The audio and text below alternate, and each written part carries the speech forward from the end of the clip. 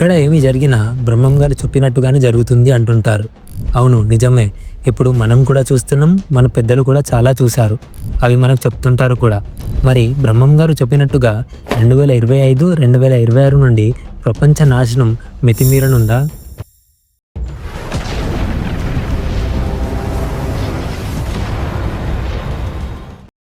America వింత పొగడాలకు అంతు లేకుండా పోయేనా? మూడవ ప్రపంచ యుద్ధానికి దారి తీయనుందా?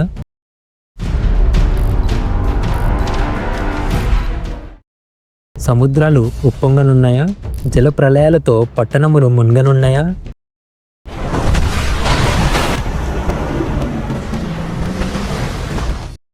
భూకంపాలతో భూమి బద్దలు కానుందా?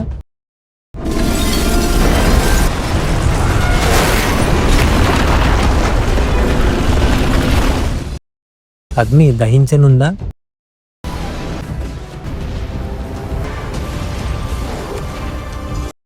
ఇవన్నీ తెలియాలి అంటే మొదట బ్రహ్మం గారు ఎవరు, ఆయనకున్న దివ్య జ్ఞానం ఏంటో తెలుసుకోవాలి. అంతకు ముందుకు ఇప్పటి వరకు ఏమేమి జరిగినాయో తెలుసుకుందాం. చాలా ఇన్ఫర్మేషన్తో ఉన్న వీడియో చివరి వరకు చూడండి.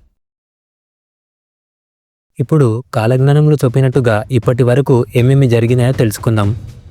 సమాజంలో ధర్మం పూర్తిగా నశించిపోతుంది. మనుషులలో ధనప్రీతి మరియు కామం అధికమవుతుంది.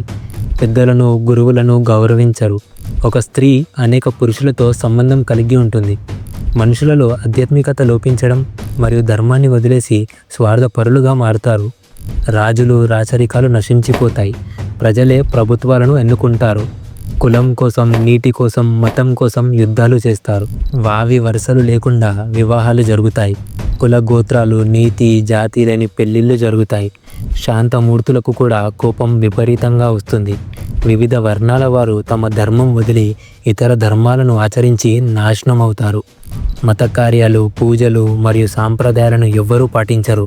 ప్రజలు కేవలం ధనం, భౌతిక సుఖాల కోసం మాత్రమే జీవిస్తారు. మానవత విలువలు క్షీణిస్తాయి. నవనాగరికత పెరిగేను. కాళ్లకు చొప్పులు వేసుకొని భోజనములు చేసేరు. వేదములను శూద్రులు అభ్యసించేను. పల్లెలు తరిగేను, పట్టణములు పెరిగేను. దేవక్రియలు, పితృక్రియలు పాటించరు. చచ్చిన వారికి పిండాలు కరువాయెను. జనసంఖ్య విపరీతంగా పెరిగేను. గొడ్రాళ్ళు బిడ్డలను కనేరు. చిత్ర విచిత్రమైన యంత్రాలు వస్తాయి. సృష్టిని మార్చడానికి అనేక ప్రయత్నాలు చేస్తారు. మనుషుల ప్రవర్తన క్రూరంగా మరియు అహంకారంతో నిండుగా ఉంటుంది. కుటుంబ బంధాలు క్షీణిస్తాయి. గౌరవం మరియు ప్రేమలు తగ్గిపోతాయి. వాళ్ళల్లో శాస్త్రజ్ఞానం ఉండదు. ఎవరి నోట ఏది వస్తే అదే శాస్త్రం అనుకుంటారు.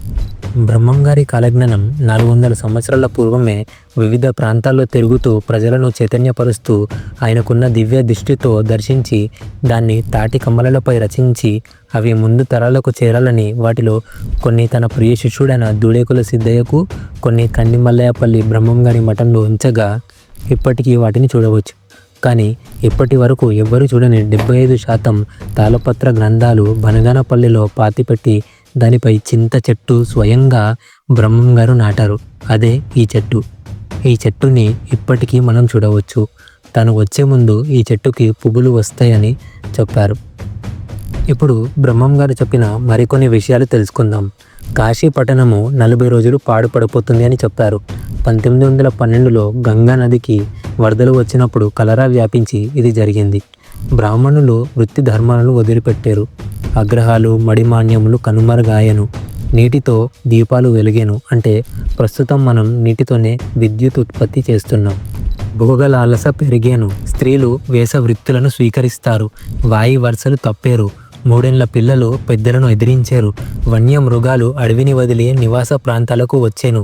వేప చెట్టుకు అమృత బిందువులు కారేను. ఆకాశంలో పక్షి వాహనాలు కూలి మనుషులు చచ్చేరు. హైదరాబాదును మూసి నది ముంచెను. పాపాత్ములచే దేవాలయాలు నాశనమగును. ఈత చెట్టు ఒకటి 3 రాత్రులు పడుకొని పొద్దున్నే లేస్తుంది అన్నారు. అలా గుంటూరు దగ్గర జరిగినట్టు సమాచారం ఉంది. పట్టపగలే చుక్కలు కనిపించేను. కపట స్వాములు పుట్టుకొస్తారు. మనం చాలానే చూస్తున్నాం.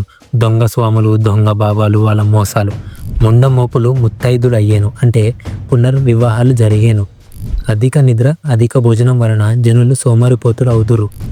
ఇనుప కంబాలపై పొగబండ్లు నడిచేను. వాటి వల్ల కొంత జన నష్టం జరిగేను. అంటే ట్రైన్ యాక్సిడెంట్స్ వల్ల ఎంతమంది చనిపోతున్నారో చూస్తున్నాం. నిండు అమావాస్య రోజు చంద్రుడు కనిపించాను. ఒక అంటు రోగం వచ్చి మనుషులు కుప్పలు తెప్పలుగా చచ్చారు. అంటే కరోనా వల్ల ఎంతమంది చచ్చారో, ఎలాంటి పరిస్థితులను ఎదుర్కొన్నామో అందరికీ తెలిసిందే. ఇంకా ఎన్ని వైరస్లను చూడాల్సి వస్తుందో. కృష్ణ గోదావరి మధ్య జనులు జీవాలు అధికమున చచ్చాను.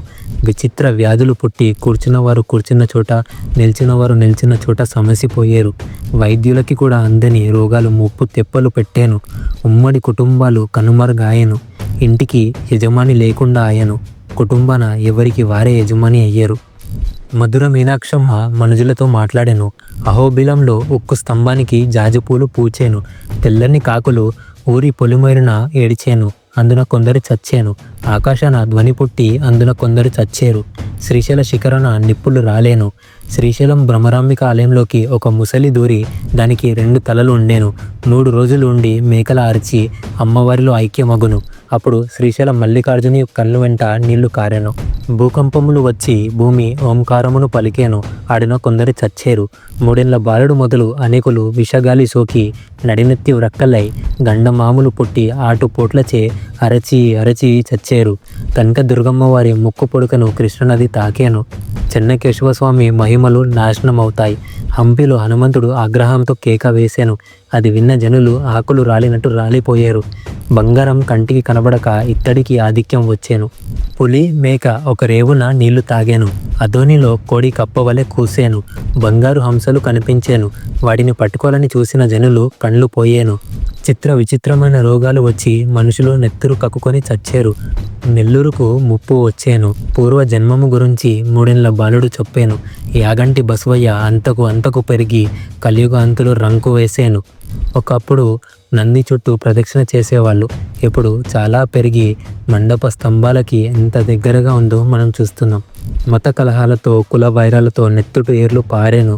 ఉత్పత్తులెన్నో ఉద్భవించాను. తోక చుక్కలెన్నో పుట్టుకొచ్చాను. అంతూ పొంతు లేని ఆపదలెన్నో వచ్చాను. ఆకాశంలో ఒక్కసారిగా రంగులు మారాను. జల ప్రళయములచే 14 పట్టణములు నాశనమగును. పట్ట పగలు ఆకాశం నుండి పిడుగులు పడి అగ్ని వర్షం కురిశాను. కావేరి నది తీరాన స్త్రీలకు 7 పూట్ల గాజులు తీశారు. పెను తుఫాన్లు భూకంపాలతో భూమి దద్దరిల్లేను.